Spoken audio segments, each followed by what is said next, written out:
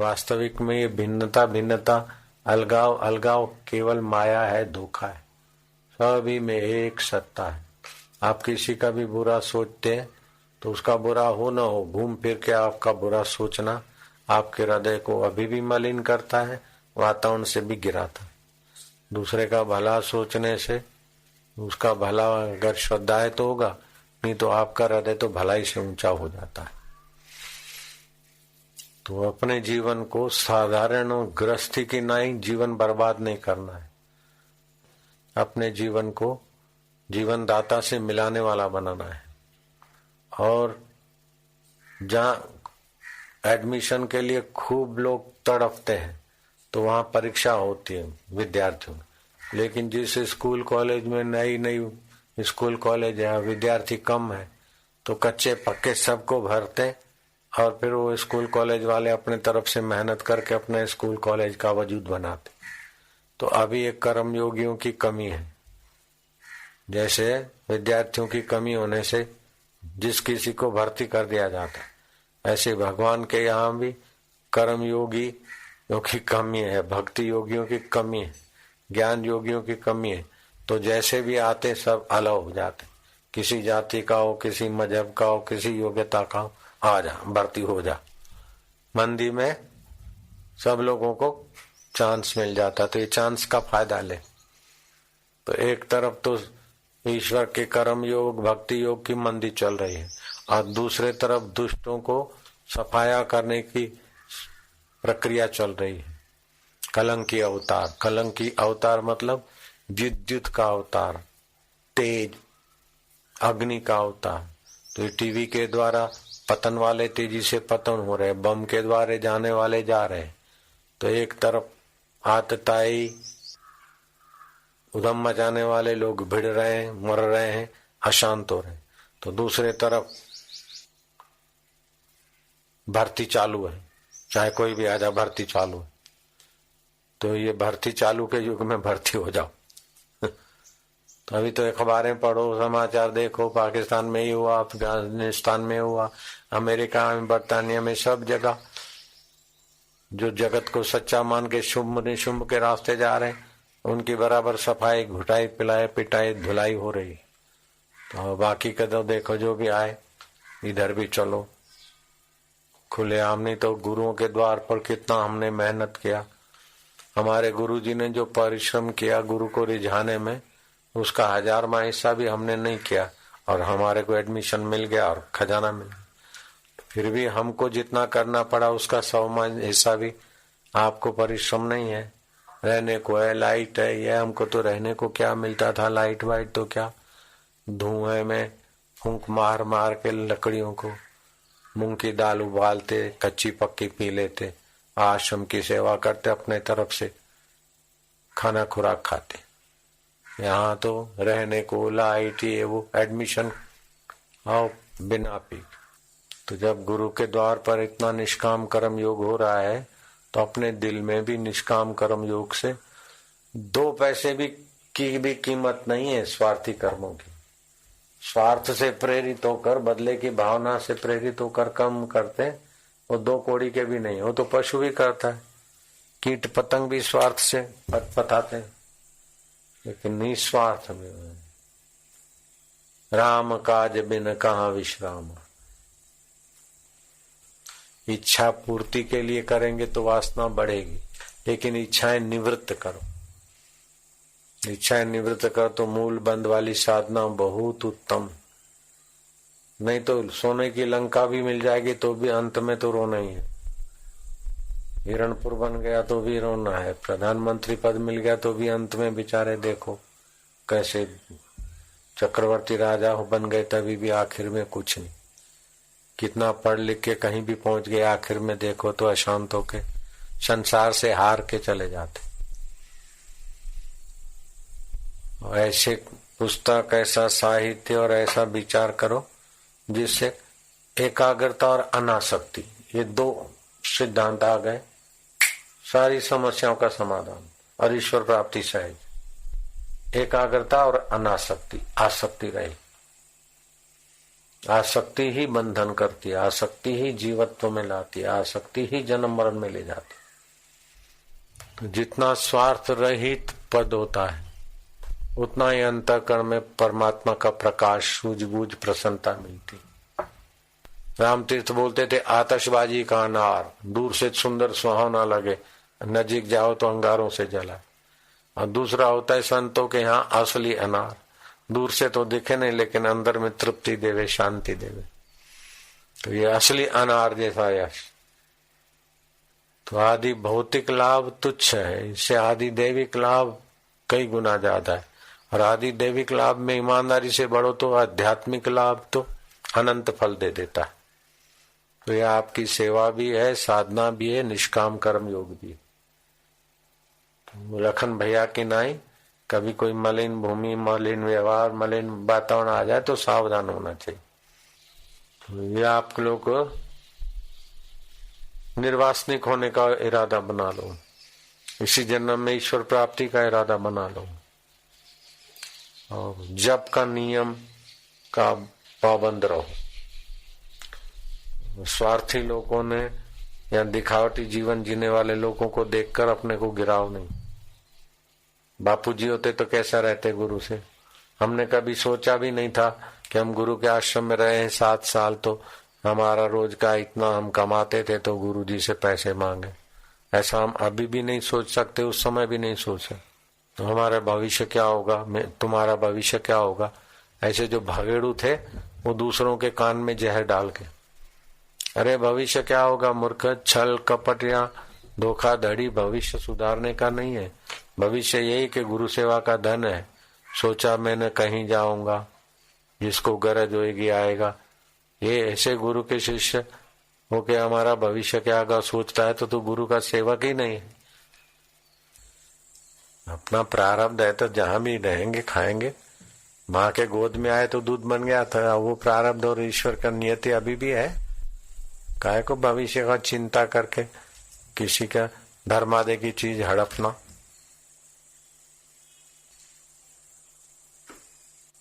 तो आप लोगों को कुल मिलाकर गुरुद्वार से अलभ्य लाभ लेना है। नश्वर लाभ की तो कई दुकानें, कई संस्थाएं, यहाँ से तो नश्वर व्यवहार चलता रहे और शाश्वत की प्राप्ति। ठीक है, ये उद्देश्य ऊंचा बनाओ, लिख लो। लक्ष्य न ओझल होने पाए, लक्ष्य अपना ऊंचा रहे, कदम मिलाकर चल, शास्त्र और गुरु के सिद्धांत से। लक्ष्य न ओझल होने पाए, लक्ष्य है हमारा मोक्ष, लक्ष्य है सुख दुख में सम, लक्ष्य है कर्म योग, कर्म योग, सुख दुख में सम, मोक्ष की प्राप्ति, ये लक्ष्य है। लक्ष्य न ओझल होने पाए, कदम मिलाकर चल, शास्त्र गुरु के सिद्धांत से चलो। सफलता तेरे चरण चूमेगी, आज नहीं तो कल। लक्ष्य न ओझल होने पाए, लक्ष्य बनाना है सुख दुख में सम, लाभ हानि में सम, जीवन मृत्यु स्वप्न, ब्रह्म परमात्मा अपना, ये लक्ष्य है। उसी में पहुंचना है, वासुदेव सर्वमिति में। और यही आत्मा वासुदेव ब्रह्म है। लक्ष्य न ओझल होने पाए, कदम मिलाकर चल, सफलता तेरे चरण चूमेगी, आज नहीं तो कल। उद्देश्य ऊंचा कर दो बस। छल कपट बेईमानी दगाबाजी, इससे सारी योग्यता, बहुत लोगों में योग्यताएं ऊंची होती है, लेकिन ये थोड़ा हेरा फेरी और चालबाजी चालाकी गुरु की नजरों से गिरे तो फिर कहीं के नहीं रहते। कई ऐसे मैंने देखे बहुत होशियार चालाक भी हैं, और वो चालाकी फिर यहाँ जरा दूसरे ढंग से उपयोग में आती तो वो चालाकी उन्हीं के लिए मुसीबत हो जाती। तुलसीदास ने ऐसे लोगों पर बड़ी दया की, चौपाई लिखी, चतुराई चूल्हे पड़ी। लिखो, चतुराई चूल्हे पड़ी, पूर पर्यो आचार, बड़ा शिष्टाचार, बड़ा डिसिप्लिन, ये वो दिखावा। चतुराई चूल्हे पड़ी, पूर्व पर्यो आचार, तुलसी हरि के भजन बिन, चारों वर्ण चमार। ब्राह्मण क्षत्रिय वैश्य शूद्र कोई भी हो, चमड़े वाले शरीर को पोष पोष के मर गए तो तेरी चतुराई की क्या कीमत। ऐसी चतुराई को चूल्हे में डाल। शरीर की महत्ता मत रखो, मरने वाली चीजों की महत्ता मत रखो। अमर आत्मा देखो, अमर आत्मा और परमात्मा को पाने की महत्ता रखो, बस वही लक्ष्य हो। नारायण हरि नारायण हरि। अपनी संस्था की सेवा में बल भी है। खैर सबका मंगल हो, भला हो, तो सच्चाई का फल भी तो है। आत्म संतोष प्रसन्नता बापू के पास सदा निवास करती है, नहीं करती क्या? अभी कोई प्लानिंग था, योजना थी क्या, ये बोलना है ये बोलना है, स्वाभाविक चल पड़ा, हो गया। जो निष्काम कर्म करते हैं उनका हृदय शुद्ध होता है। देखो भगवान राम के गुरु बोल रहे हैं, जो कामनावान है उस वासना के प्रभाव से कभी इंद्र बने तो कभी कीड़ा बने, घटी यंत्र की नाई नीचे ऊपर भटकते रहते हैं। और जो निष्काम है वो कर्म योग करके परब्रह्म परमात्मा को पाके मुक्त आत्मा हो जाए। उनका हृदय शुद्ध होता है और वे ब्रह्म विद्या के अधिकारी होते हैं। श्रेष्ठ पुरुष वही है जो संसार को विरस जानकर केवल आत्म तत्व की इच्छा करते हुए। श्रेष्ठ वही है जो संसार को स्वप्न नीरस जान के आत्मदेव की उपासना करते हैं। उसी को ब्रह्म विद्या का अधिकार है और वही उत्तम पुरुष है। हे राम जी, मैं तुम्हारे आगे हाथ जोड़ के प्रार्थना करता हूँ कि जो कुछ मैं तुमको उपदेश करता हूँ उसमें ऐसी आस्तिक भावना कीजिएगा कि इन वचनों से मेरा कल्याण होगा। मैं जो उपदेश देता हूँ उसमें आस्तिक भावना करना कि इन वचनों से हमारा कल्याण होगा। वशिष्ठ जी कहते हैं राम जी को, आस्तिक भावना रखना, गुरु के वचनों को महत्व देना, सुना सुना अनसुना नहीं करना। समझ गए?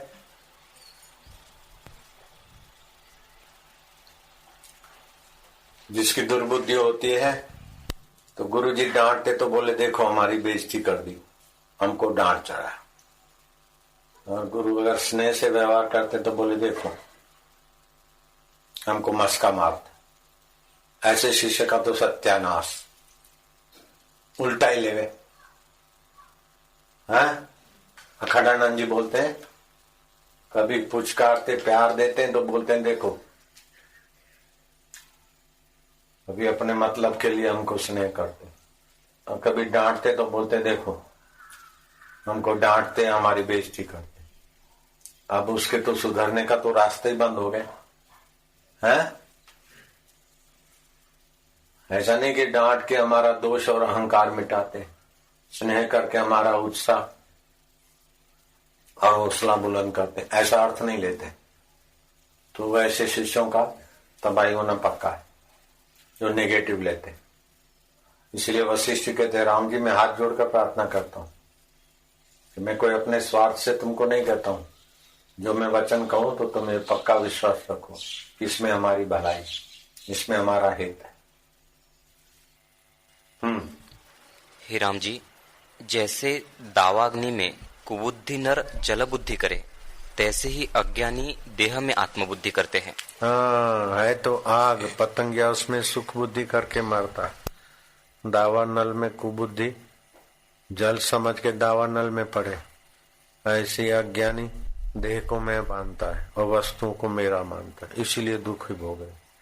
देही को मैं माने और व्यापक चैतन्य परमात्मा को मेरा माने तो आनंद ही आनंद है, सुख ही सुख है। कितना भी ध्यान करे, लेकिन ध्यान करेगा तब शांत रहेगा। बाद में ये जगत सच्चा और आत्मा अलग, मैं अलग, तो देही हो गया। कितना भी धर्म करे, लेकिन धर्म का फल कोई दे रहा है और मैं धर्म का फल सुख भोगूंगा, तभी भी भय और धर्म का फल नाश बना रहेगा। कितना भी धन वैभव कमाए लेकिन ये चला ना जाए और ये सुविधा मेरी बनी रहे, ये भय बना रहेगा, वो तो चला जाएगा, शरीर भी बीमार पड़ेगा, सुविधा भी चली जाएगी। तो ये कहीं न कहीं आत्मज्ञान के बिना कहीं न कहीं खतरे में आकर गिरता ही है आदमी। एक आत्मज्ञान ब्रह्म ज्ञान है जो सारे खतरों से हंसते खेलते पार कर सकता है। मंसूर शूली पे चढ़ रहे हैं और दुख नहीं, खतरा नहीं। सुकरात को जहर दिया जा रहा है और मौत सामने है। मौत आती है तो एक नया जीवन है, मौत होती तो शरीर की होती, मेरी कहाँ है मौत? जो मौत को देख रहा है वो मौत का साक्षी है। तो आप योग में कितने भी आगे बढ़ गए, आप शांत हो गए, आत्मा दृष्टा है, तद दृष्टि स्वरूप अवस्थान। योग ज्ञान में सहायक है लेकिन आत्मज्ञान पर नजरिया नहीं है तो योग भी कुछ हद तक आपका चित्त सात्विक किया, शुद्ध किया, एकाग्र किया, लेकिन फिर भी चंचलता होगी, विक्षेप होगा। और ईश्वर अलग है, मैं उसका ध्यान करता हूं तो अलग में तो भय बना रहेगा, दूरी बनी रहेगी, पतन का डर भी रहेगा। अगर उपासना करेगा तो जितना दिन उपासना करेगा उतना दिन तो खुशी, शांति, आनंद रहेगा। उपासना छूटी या ढीली पड़ी तो फिर वो नीचे आ जाएगा। धर्मात्मा भी जितना धार्मिक रहेगा, धर्म करेगा उतना ऊंचा, फिर अधर्म आएगा तो ग्लानि हो जाएगी।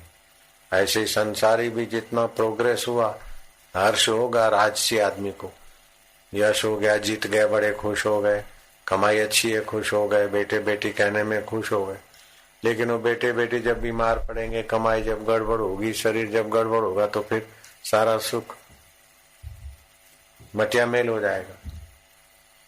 कितना भी कूड़ कपट करे, कितना भी अनुकूल पड़े, डिग्रियां ले, तभी भी बाहर की चीजें तो टिकती नहीं। तो न भोगी को सुख है, न योगी को भी सुख है, न धर्मात्मा को शाश्वत सुख है, थोड़े समय के लिए है। लेकिन धर्मात्मा हो, योगी हो, भोगी हो, अगर देह को मैं मानने की गलती छोड़ दे और विदेही आत्मा को मैं रूप में जानने का उद्देश्य बना ले तो भोगी भी आराम से समत्व योग को पा सकता है, योगी भी समत्व योग को पा सकता है, धर्मात्मा भी समत्व योग को पा सकता है। तो प्रकाशम च, गीता ने बहुत ऊंची बात कही श्री कृष्ण ने, प्रकाशम च प्रवृत्तिम च। प्रकाश माना सत्वगुण, प्रवृत्ति माना रजोगुण, मोह माना तमोगुण। प्रकाशम च प्रवृत्तिम च मोहम एव च पांडवा न संप्रवृत्तानि न निवृत्तानि कांक्षति। उनमें प्रवृत्त होने का भी आग्रह नहीं रखता, मैं के सात्विक बना रहा हूं अथवा मैं राजसी बना रहा हूं अथवा मैं तामसी बना रहा हूं। वो अपनी मैं को शुद्ध रूप में जानता है। फिर तमस में नींद भी ले लेगा, रजस में प्रवृत्ति भी कर लेगा, सत्व में दान पुण्य भी कर लेगा और उससे न्यारा होके गुणातीत निर्मल निर्गुण रोटी सबसे मोटी उसका भोग लगाता है।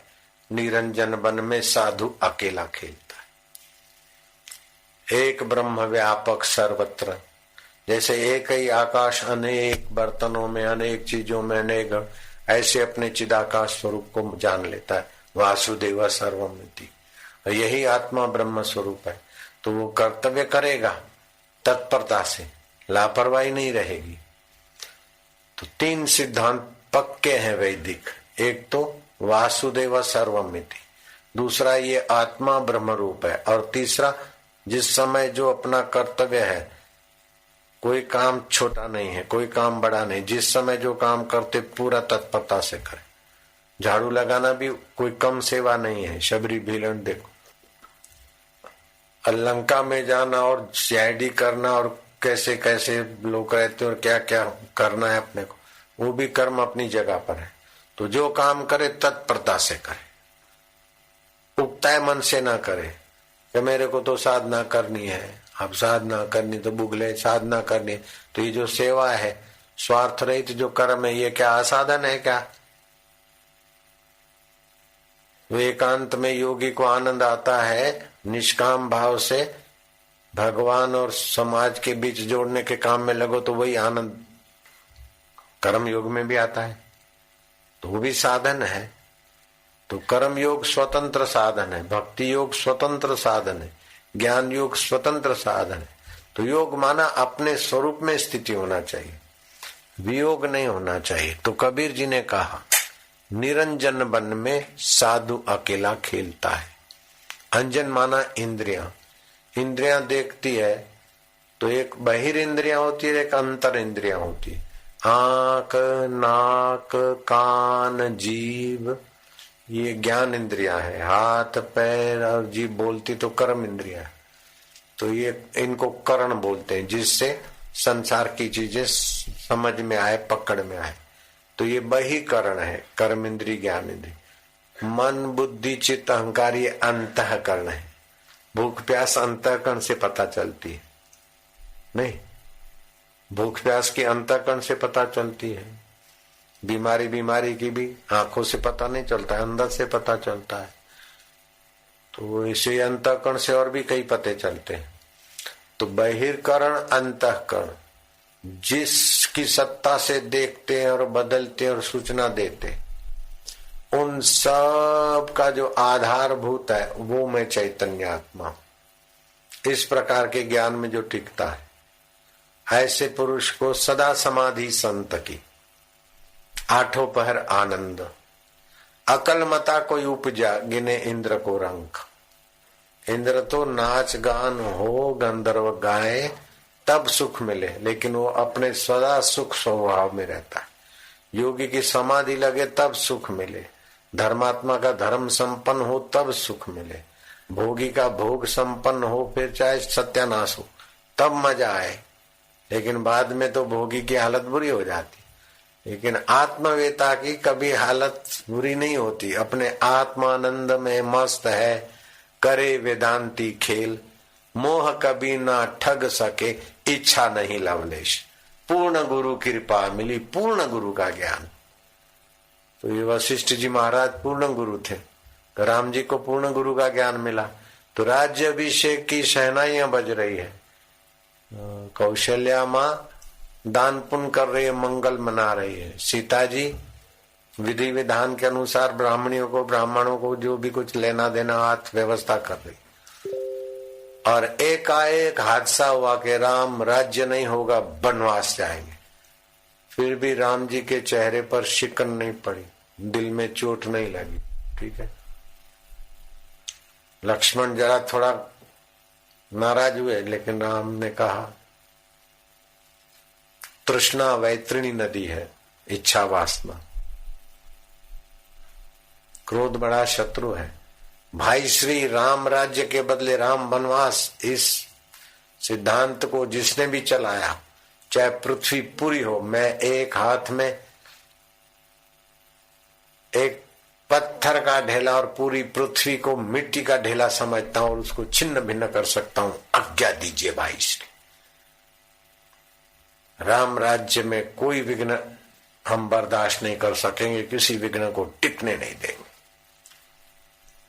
लक्ष्मण तुम्हारा भाव तो ठीक है, लेकिन क्रोध न करो। ये वाहवाई और भोग और पद ऐसे हैं जैसे तप्त तवे पे पानी की बूंद, दिख दिख के विलय हो जाए। ये तो ऐसे इस जगत का भोग है, हो के विलय हो जाए। इसीलिए अपना योग न भूलो, जो सदा अपने साथ है, अपना आपा है। ये आने जाने वाली वस्तुओं के लिए धैर्य न खो। राम जी के उपदेश से लक्ष्मण को जरा ज्ञान प्रकाश पर तो थोड़ी शीतलता आई। ज्ञान के बिना उद्वेग, आवेश और परिस्थितियों के प्रभाव से सुरक्षा नहीं होती। यस्य ज्ञानमयम तपः, जिसका ज्ञान संयुक्त तप है वो बाजी मार लेता है। योग अपनी जगह पर उचित है, अच्छा है, लेकिन योग का उद्देश्य अगर आत्मज्ञान नहीं है तो योग भी वियोग हो जाएगा। धर्म अपनी जगह पर करना चाहिए, सीधा ज्ञान पचता नहीं। ज्ञान की तो बातें करें, बीड़ी छूटे नहीं, दूसरे का आकर्षण छूटे नहीं तो ज्ञान टिकेगा नहीं। इसलिए धर्म, उपासना, संयम, ब्रह्मचर्य, दान, पुण्य ये सब सहायक साधन है। उद्देश्य ज्ञान है, लेकिन सीधा ज्ञान की बातें करे और फिर मनमानी भी करता रहे तो मन का अधीन रहेगा। ज्ञान की तो बात रही, मौके पे दुख आएगा तो क्षमता नहीं टिकेगी। धोखे पे विपरीत परिस्थिति आएगी तो आत्मा में नहीं टिक पाएगा। इसीलिए अभ्यास की जरूरत पड़ती है। तो परमात्मा को पाने के लिए अभ्यास की जरूरत नहीं, परमात्मा तो मौजूद है, लेकिन गलत आदत छोड़ने के लिए, अच्छी आदत बनाने के लिए अभ्यास की जरूरत पड़ती। तो अभ्यास कैसा करें? तो भगवान बोलते अभ्यास योग युक्तेन, अभ्यास योग से युक्त होकर चेतसा नान्य अन्य गामिना। अन्य में तो व्यवहार होगा, लेकिन अन्य में छुपा हुआ अनन्य वहां चेतसा जानी चाहिए। परम पुरुषम दिव्यम याति पार्थ अनुचिंतय, उस परम पुरुष सत्य चित्त आनंद स्वभाव ब्रह्म परमात्मा की सत्ता देखी। और ब्रह्म परमात्मा अपना आत्मा है, व्याप रहे ब्रह्म परमात्मा है। ऊपर से झगड़ने के जगह युद्ध के समय सूरमा होकर युद्ध करो, भोजन बनाने के समय ठीक से तत्परता से रसोया बनो, लेकिन अंदर से सुरता बनी रहे। मौलाना जलालुद्दीन रूमी ने भी कहा, खुशी से खा, खुशी से पी, न गफलत में रहो एकदम। अगर है शौक मिलने का तो हरदम लव लगाता जाओ। श्री कृष्ण कहते बुद्धि योगा उपाश्रितम मत चित्त सततम भव। वो बोलते लव लगाता जा सतत, ये बोलते मत चित्त सततम भव। जलालुद्दीन ने गीता से लिया अथवा किसी ग्रंथ से लिया या अपने सतपुरुष के उपदेश से लिया, लेकिन बात वहीं आ जाती पूर्णता की। तो जैसे पतंगिया दिए में सुख बुद्धि करके जल मरता है, ऐसे जो शरीर को मैं मानता और संसार के ऐश आराम से सुखी होना चाहता है, वो पतंगिए का पड़ोसी है, अपने को फंसाने के रास्ते जा रहा है। मछली स्वाद में फंसती और कुंडी गले में लगती तड़प तड़प के। भंवरा सुगंध में फंसता। ऐसे इन 5 इंद्रियों के विषय विकारों में फंसो नहीं, उपयोग कर लो। जैसे औषध खा के आप तंदुरुस्त हो जाते, ऐसे खा पी के शरीर को तंदुरुस्त रख के आत्मा के सत्ता में हो। फिर भी कभी शरीर बीमार हो तो ये बेवकूफी मत करो मैं बीमार हूं। मन में दुख आए तो ये बेवकूफी मत करो मैं दुखी हूं। बुद्धि में ऐसा वैसा राग द्वेष है तो ये नहीं समझो कि मेरे में राग द्वेष है।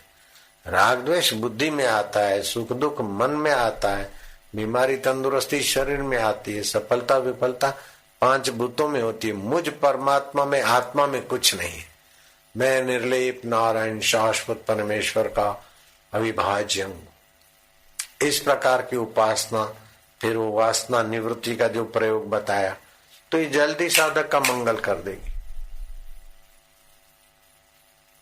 केवल इरादा कर लें कि हमें परम सुख चाहिए, व्यवहार करते समय भी और ध्यान भजन के समय।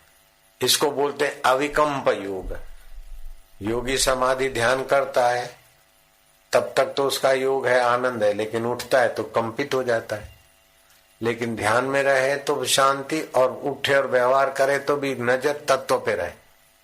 मैंने लाइट देखी, पंखा देखा, फ्रिज देखा, गीजर देखा, माइक देखा, लेकिन मुझे ज्ञान है कि सब में विद्युत नेगेटिव पॉजिटिव छेड़े हैं, विद्युत का ही खेल है।